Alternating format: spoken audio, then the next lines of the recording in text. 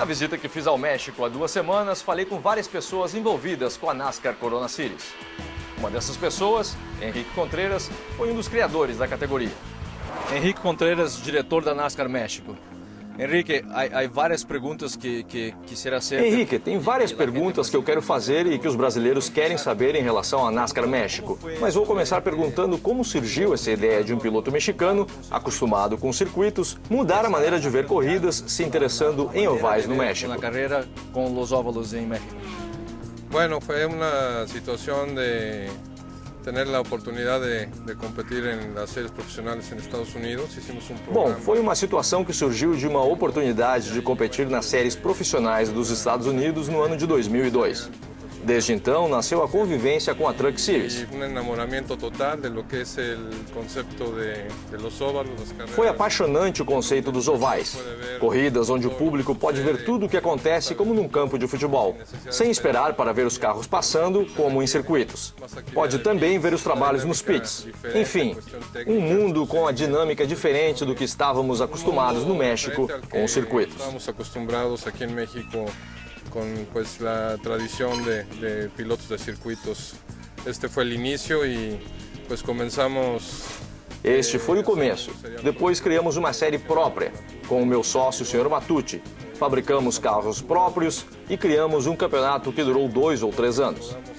Com o tempo, a série se formalizou com a criação do Desafio Corona. Posteriormente já vino uma integração para darle uma formalidade. Nasceu o Desafio Corona, que durou 2 anos, e depois já vino o que é o NASCAR. Que depois de 2 anos foi homologada pela NASCAR e leva o seu nome. O processo de homologação durou 5 anos e hoje segue o mesmo processo de requisitos de qualquer prova da NASCAR. É um processo longo, mas muito gratificante. Pues largo, pero muy edificante al final. Estávamos platicando antes... Como série, vocês estão bastante próximos dos seus objetivos, mas o sonho é um pouco mais ambicioso, como o de mandar pilotos mexicanos para os Estados Unidos competir de igual para igual contra os americanos. Sí, la fase más fuerte aquí en este proyecto NASCAR México estamos involucrados. Sim, aqui é um desafio de 3 companhias. A NASCAR, a Ocesa, que é uma empresa de espetáculos, e a minha empresa, a Celta, que é responsável pela parte operacional. Represento que hace pues toda la operación. La transición inicialmente fue cambiar la O processo foi mais ou menos esse. Primeiro, mudar a cultura do público e dos pilotos. Até é curioso, mas hoje nossos pilotos reclamam quando nós queremos construir um circuito. Por circuitos, pero bueno, eso habla de que este paso se ha logrado. O segundo passo foi construir ovais de primeira classe, como os ovais americanos. E hoje temos 3 desses ovais.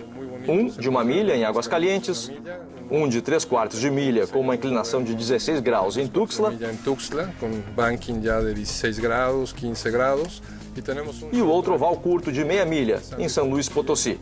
Todos excelentes ovais. Pode dizer que são ovalos já muito bons. O que falta é o que aspiramos como projeto. O que falta nesse processo é o nosso próximo objetivo, bem como o da NASCAR Internacional. É o desenvolvimento de talento latino, não somente mexicano. A série é aberta e aproveito para convidar todos os pilotos brasileiros para que saibam que se o sonho deles é de chegar nas séries americanas da NASCAR, este é um passo inicial. Temos olheiros americanos em todas as corridas, que estão aqui exatamente para descobrir esses novos talentos.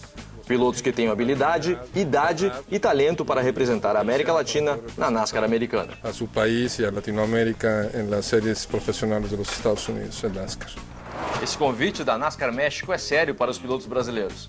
Falei com outra pessoa também envolvida com o automobilismo mexicano, o brasileiro Paulo Ramos, vice-presidente da companhia Infor, companhia que patrocina o piloto Jorge Arteaga. Ele também nos fala um pouco mais sobre a NASCAR México. A NASCAR México é a categoria que mais se aproxima da NASCAR Estados Unidos sem que você esteja dentro dos Estados Unidos. Então é uma categoria muito acessível, sob o ponto de vista cultural, sob o ponto de vista financeiro, sob o ponto de vista de facilidades.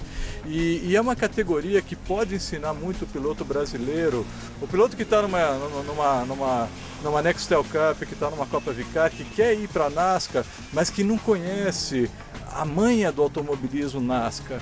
que é uma categoria totalmente diferente. É um carro muito mais pesado, é um carro muito mais lento, mas também é um carro que se dirige de maneira muito diferente. Por quê? Porque os ovais são uma ciência totalmente distinta e uma ciência que não é conhecida nem pelo piloto brasileiro e nem pelo público brasileiro. Então eu acho que, como porta de entrada, é uma experiência bastante boa para qualquer piloto que esteja pensando no futuro chegar a correr uma NASCAR nos Estados Unidos, que é uma categoria que oferece muitas possibilidades do seu ponto de vista profissional, do seu ponto de vista financeiro, abre muitas oportunidades para patrocinadores, então eu acho que é uma porta de entrada, um primeiro passo bastante interessante. E do ponto de vista de patrocinador, tu é o patrocinador, a tua empresa patrocina uma equipe aqui no México. Eu acho até que existiria um interesse nesses dois países, brasileiros no México, de repente mexicanos no Brasil. O comércio entre os países está forte, eu acho que até do ponto de vista de patrocínio isso é interessante. Não, exatamente. Sob o ponto de vista de negócio, eu sempre digo, eu quando cheguei aqui no México há 10 anos atrás, né, eu sempre digo que tinha um voo.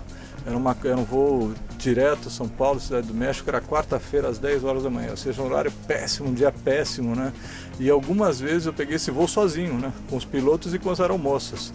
Hoje existem não menos do que 7, 8 voos diretos entre Brasil e México, são sempre voos lotados de pessoas de negócio. Então o intercâmbio econômico entre o Brasil e o México é uma realidade.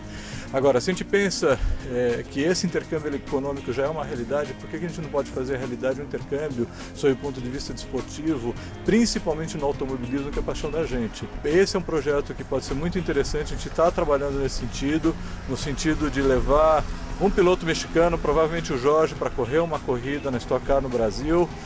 E a gente está também trabalhando para trazer um piloto brasileiro para que ele faça uma corrida aqui em um bom autódromo, com uma boa equipe, que ele possa realmente sentir, que a gente possa realmente abrir as portas para as duas categorias e para os dois profissionais.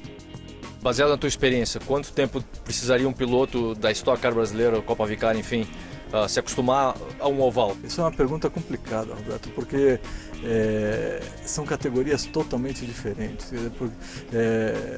Correr um oval, uma corrida NASCAR em um oval, é uma modalidade totalmente diferente da modalidade da Stock Car do Brasil. São carros diferentes, são ovais com bunking acentuado, são corridas de muito contato. Então eu acho que um piloto, para que ele possa chegar aqui, possa realmente andar na frente, eu diria que ele vai necessitar talvez aí 3, 4 corridas para poder chegar nesse ponto. Na próxima semana vamos conhecer de perto o carro da NASCAR Corona Series e vamos falar com o piloto Jorge Arteaga. Logo após o intervalo, o segmento de arrancadas e uma entrevista com Max Wilson.